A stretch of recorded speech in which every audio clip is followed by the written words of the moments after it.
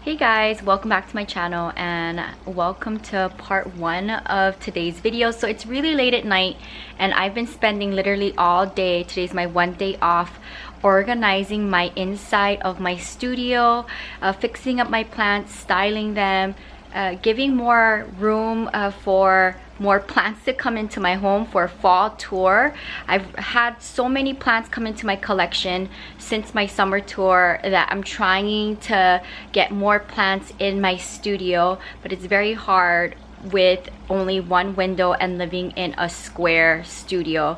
But I'm finally going with the process of, I don't know if you can catch that, but I put up one of these glass propagation vessels and I got 6 of them, but it's really dark right now, so I'm not trying to film me hammering in my walls 8 at night. I just wanted to share with you that I am putting it up now. During the day after work, I'll come home and I'll style cuttings inside of these vessels, but I just wanted to start off the video here at night.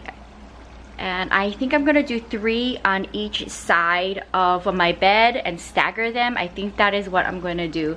So I'm gonna continue putting these up, and then when it's done, I'll show you what they look like. So here is one side done, and I did the other side, but I was hammering really close to the plastic hook and it broke, so I had to bust out my E6000 and I'm waiting for it to dry, and then I'm going to finish up the other side. Right, so I was able to put 3 up on the left side, but I ended up ruining one of the plastic hooks and I still need to post that one on the bottom. I am letting it dry with some E6000 and hopefully it'll stick together and I can still use it. But those little hooks next to those nails are very tricky to put on, so I wanted to share with you the setup that I ended up choosing and the style how I wanted to stagger them on each side of my window,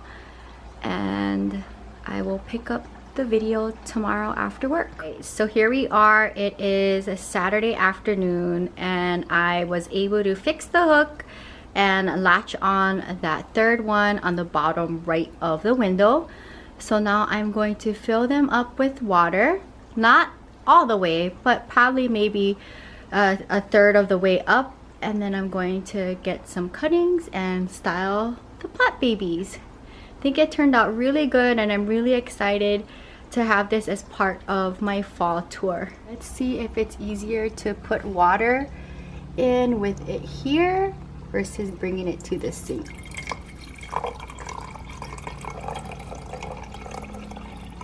I think that looks good.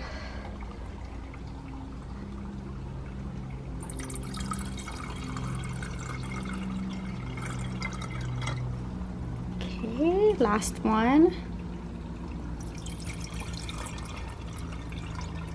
See, it is about 2 in the afternoon and it's really dark.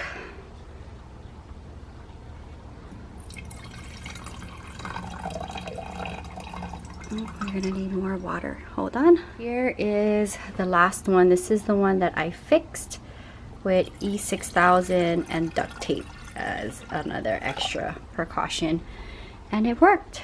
All right, looks pretty good. Let's set up. All right, so I have a bunch of cuttings. I went through my collection and I basically got cuttings that have already been propagating in my collection, either outside or in my home, and I'm gonna style them in these vessels.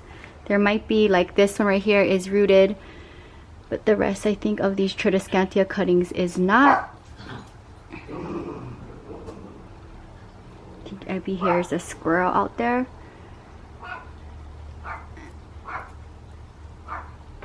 And I'm just going to have it trail over. There's another one. It's okay, honey. I know that looks kind of crazy.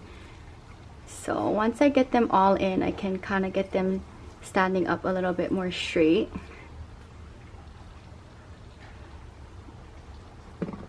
Something like this. Okay, and then this is going to live here. Have that live there.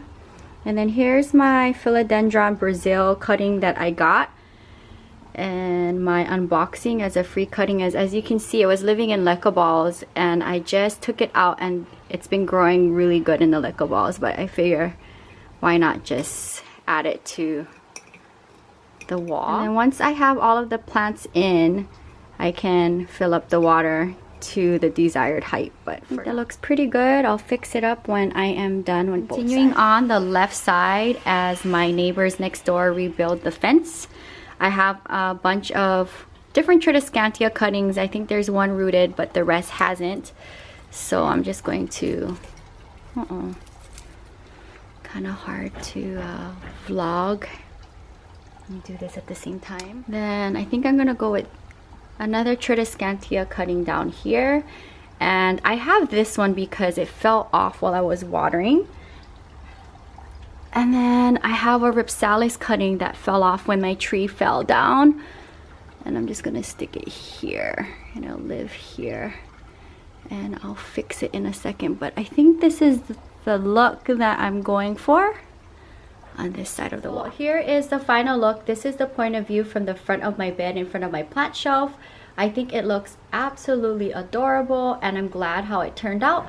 And of course the cuttings will change from time to time, but these are the ones that I just had sitting around in my collection. I didn't want to take anything for the vessels from my mother plants, and I think it works out well. That's gonna wrap up the video. My neighbors are redoing the fence here on the side, so I want to make this nice and quick. I hope you guys enjoyed the video and seeing at least some of the process of me doing this DIY vessels that I got off of Amazon. I'll have this and all of the products I use on my channel on my Amazon store. The link is in my description box, and stay tuned for my fall plant tour as I'm gearing up for that. I hope you guys enjoyed watching me add more plant life in my studio. I'm always looking for fun and creative ways to add more plants into my space with one window living in a studio. So I hope this inspires you.